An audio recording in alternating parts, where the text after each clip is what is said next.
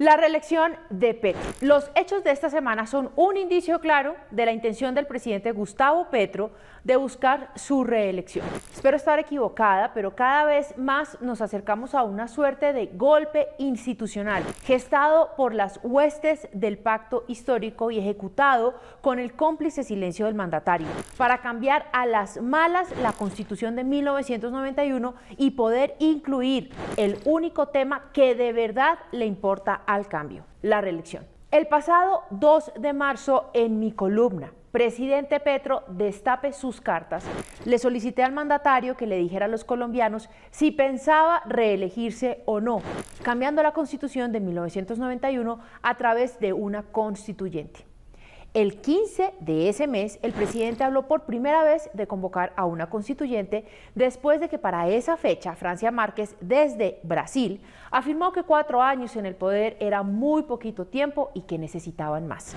También le pregunté en ese momento al mandatario qué era lo que estaba negociando con el ELN en La Habana y si dentro de esa agenda a espaldas del país se había ofrecido o siquiera considerado convocar a una Asamblea Nacional Constituyente. Ya a estas alturas, el apoyo del grupo narcoguerrillero del ELN, como el de las FARC de Iván Márquez, a la iniciativa de la Constituyente es evidente, así como lo es la del Gobierno Nacional y la bancada del Pacto Histórico. Tan es así que esta semana la senadora del Pacto Histórico, Isabel Zuleta, argumentó en la misma línea de Francia Márquez en el mes de marzo que ahora de frente y sin vergüenza, que las fuerzas petristas sí quieren una reelección del mandatario y que la están buscando.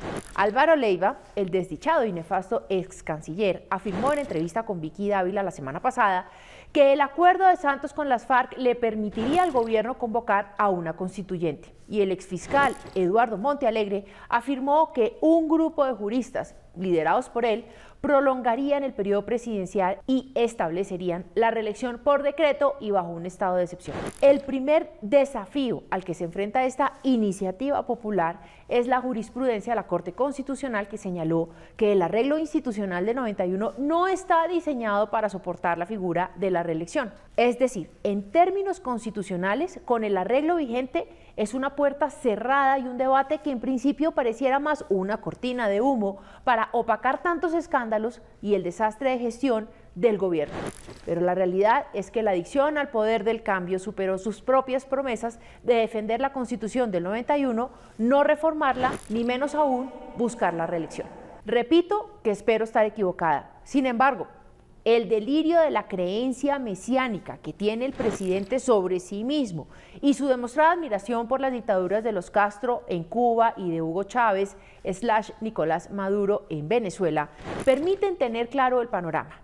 El camino ya está abonado a través de llevar al país de crisis en crisis, que según Petro es responsabilidad de todos menos de su vocación destructora. Es en medio de todo este caos que en cualquier momento Petro puede cerrar el Congreso de la República y decretar el estado de excepción con el argumento de que la corrupción es imposible de atajar, que hay que acabarla de tajo y que él, todopoderoso, es el único capaz de lograrlo. Muchos podrían apoyar al presidente porque si hay una institución odiada por los colombianos es el Congreso. Este acto emularía la torpeza que cometió Pedro Castillo en Perú y que lo tiene hoy tras las rejas. En su momento recordemos que Petro defendió a su homólogo argumentando lo de siempre, que la fiscalía de ese país no podía restringir los derechos de los peruanos que habían elegido a Castillo porque estaban violando la Convención Americana de Derechos Humanos. Lo que olvida Petro es que por más que haya sido elegido por votación popular, ni él ni ninguno de los progres del mundo mundial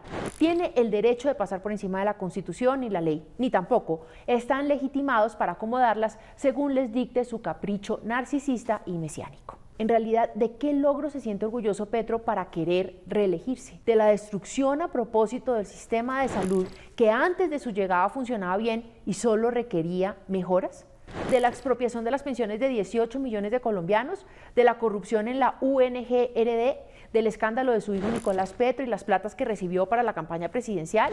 ¿Del derroche de su esposa? ¿De los líos de su hermano? ¿De la caída de las ganancias de Ecopetrol, pésimamente dirigida por su gerente de campaña Ricardo Roa?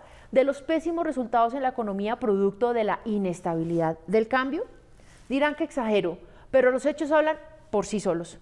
En 2018, Petro juró sobre mármol no convocar a una Asamblea Nacional Constituyente y después lo ratificó en la campaña de 2022 en un debate en esta casa editorial.